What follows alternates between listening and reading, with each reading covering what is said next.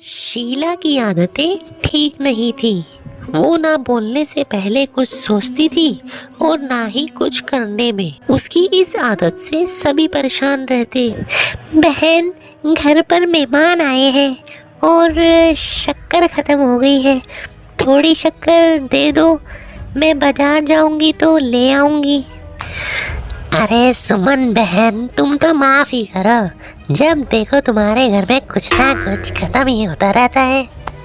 अरे शीला, चिल्ला क्यों रही हो? कहाँ ना घर में मेहमान बैठे हैं, सुन लेंगे। अरे सुन लेंगे तो सुन ले, तुम लोगों की मांगने वाली आदत तो बंद होगी। अच्छा अच्छा शीला, ना दो शक्कर, लेकिन बात तो अच्छे से करो। एक कटोरी शक्कर के लिए तुमने मेरी बड़ी बेइज्जती कर दी। तो शीला भी बड़बड़ाते हुए अंदर चली जाती है और सुमन भी अपने घर को चली जाती है। माँ, क्या हुआ? अरे कुछ नहीं बेटा, पता नहीं कहाँ कहाँ से ऐसे पड़ोसी आ जाते हैं। जब देखो कुछ ना कुछ मांगने के लिए घंटी बजाते हैं। अब घंटी बजे तो दरवाजा ना खोलना। पता नहीं माँ की ये आदत कैसे बदलेगी। किसी को कुछ भी बोल देती है, बोलने से पहले सोचती भी नहीं। शीला की ये आदत दिन बर दिन बढ़ती ही जा रही थी। एक दिन शीला के दरवाजे पर सब्जी वाला आया। सुनो भैया, मुझे ये भिंडी, टिंडे, लौकी और आलू के साथ 1 किलो प्याज दे दो। जी बहन जी। भैया, इन सब सामान के कितने पैसे हो गए? बहन जी, आपके पूरे 220 रुपए होते हैं। अरे भैया, इतनी महंगी सब्जी? नहीं नहीं, मैं तो 100 रुपए दूंगी बस। हाँ नहीं नहीं बहन जी, मैं तो पैसे पूरे ही लूँगा, नहीं तो सारी सब्जी वापस कर दो। ऐसे कैसे सब्जी वापस कर दूं? मैं तो एक भी सब्जी वापस नहीं करूंगी। और हाँ, रही बात पैसों की, तो लेना है तो 150 ले लो, वरना मैं मोहल्ले में घुसने तक नहीं दूंगी। हाँ। अरे नहीं नहीं बहन, हम लोग गरीब लोग हैं, ऐसा ना करो। पकड़ो ये 150 रुपए और दफा हो जाओ। शीला की बेटी अंदर से सब कुछ देख रही थी। अरे शीला, तूने तो हद ही कर दी। बेचारा गरीब आदमी, उसका तो गुजारा ही इसी से होता है। बोलने से पहले कुछ सोच तो लिया कर बेटा।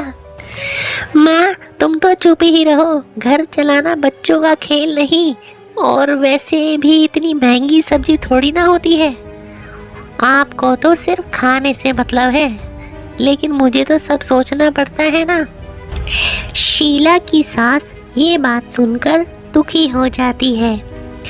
शीला की बेटी शीला की ये सारी बातें सुन रही होती है। एक दिन, माँ जल्दी आओ, कितना देर लगाओगी? माँ जल्दी आओ ना। ओहो, क्या हुआ? क्यों चिल्ला रही हो इतना बेटा? क्या हुआ?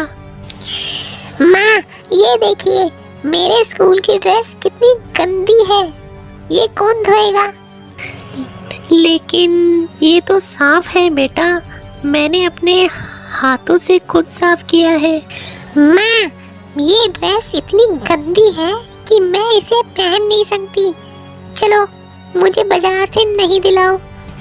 शीला अपनी बेटी की बात सुनकर बहुत दुखी हो जाती है और वहाँ से चली जाती है कि तभी सामने उसकी सास मिल जाती है। शीला, अरे ओ शीला, ये क्या सब्जी बनाई है? ऐसे कोई सब्जी बनाता है क्या? शीला सास की इस हरकत से परेशान हो जाती है। अरे माँ को तो मैं जो बना दूँ उन्हें वो पसंद आ जाता था, फिर आज वो ऐसा व्यवहार क्यों कर रही है? शीला कुछ समझ पाती कि थोड़ी देर में उसका पति आ जाता है। अरे शीला, ये क्या है? क्या हुआ आपको? इतना क्यों चिल्ला रहे हो आप? ये मेरी अलमारी पूरी अस्त व्यस्त है, तुमसे कोई काम नहीं होता है? सारा दिन पता नहीं क्या करती रहती हो। अरे मैंने तो सारी अलमारी साफ रखी है। इसे तुम साफ कह रही हो? ये पूरा कूड़ेदान लग रही है। चलो इसे साफ करो पूरी अलमारी को। शीला परेशान हो जाती है और समझ नहीं पाती कि उसके साथ क्या हो रहा है। शीला अकेले कमरे में जाती है और जोर जोर से रोने लगती है। तभी वहाँ उसका पति, सास और बेटी आ जाते हैं। शीला उन लोगों को देखकर और जोर जोर से रोने लगती है कि तभी उसकी सास उससे कहती है, क्या हुआ?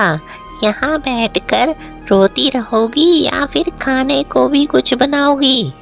माँ, पहले आप बताएं, आप लोगों को क्या हुआ है जो मुझसे ऐसे व्यवहार कर रहे हो? वही हुआ है जो तुझे रोज होता है।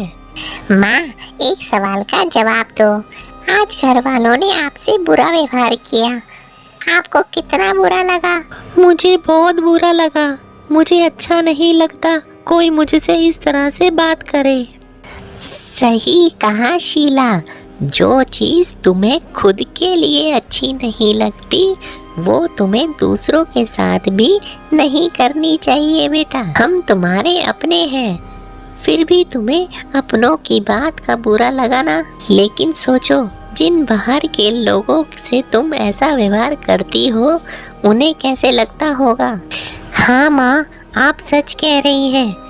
मैं आप लोगों से माफ़ी मांगती हूँ। मुझे कड़वा नहीं बोलना चाहिए। मैं आपकी हूँ, इसलिए आप लोगों ने मुझे सुधरने का वक्त दिया और मेरा साथ दिया। लेकिन जिन बाहर के लोगों से मैं बुरा व्यवहार करती आई हूँ वो लोग मेरे कड़वे बोल से कितने दुखी होते होंगे। मैं वादा करती हूँ आज से ऐसा व्यवहार किसी के साथ नहीं करूँगी। सीख, हमें दूसरों के साथ वैसा ही व्यवहार करना चाहिए जो हम खुद के लिए अपेक्षा करते हैं।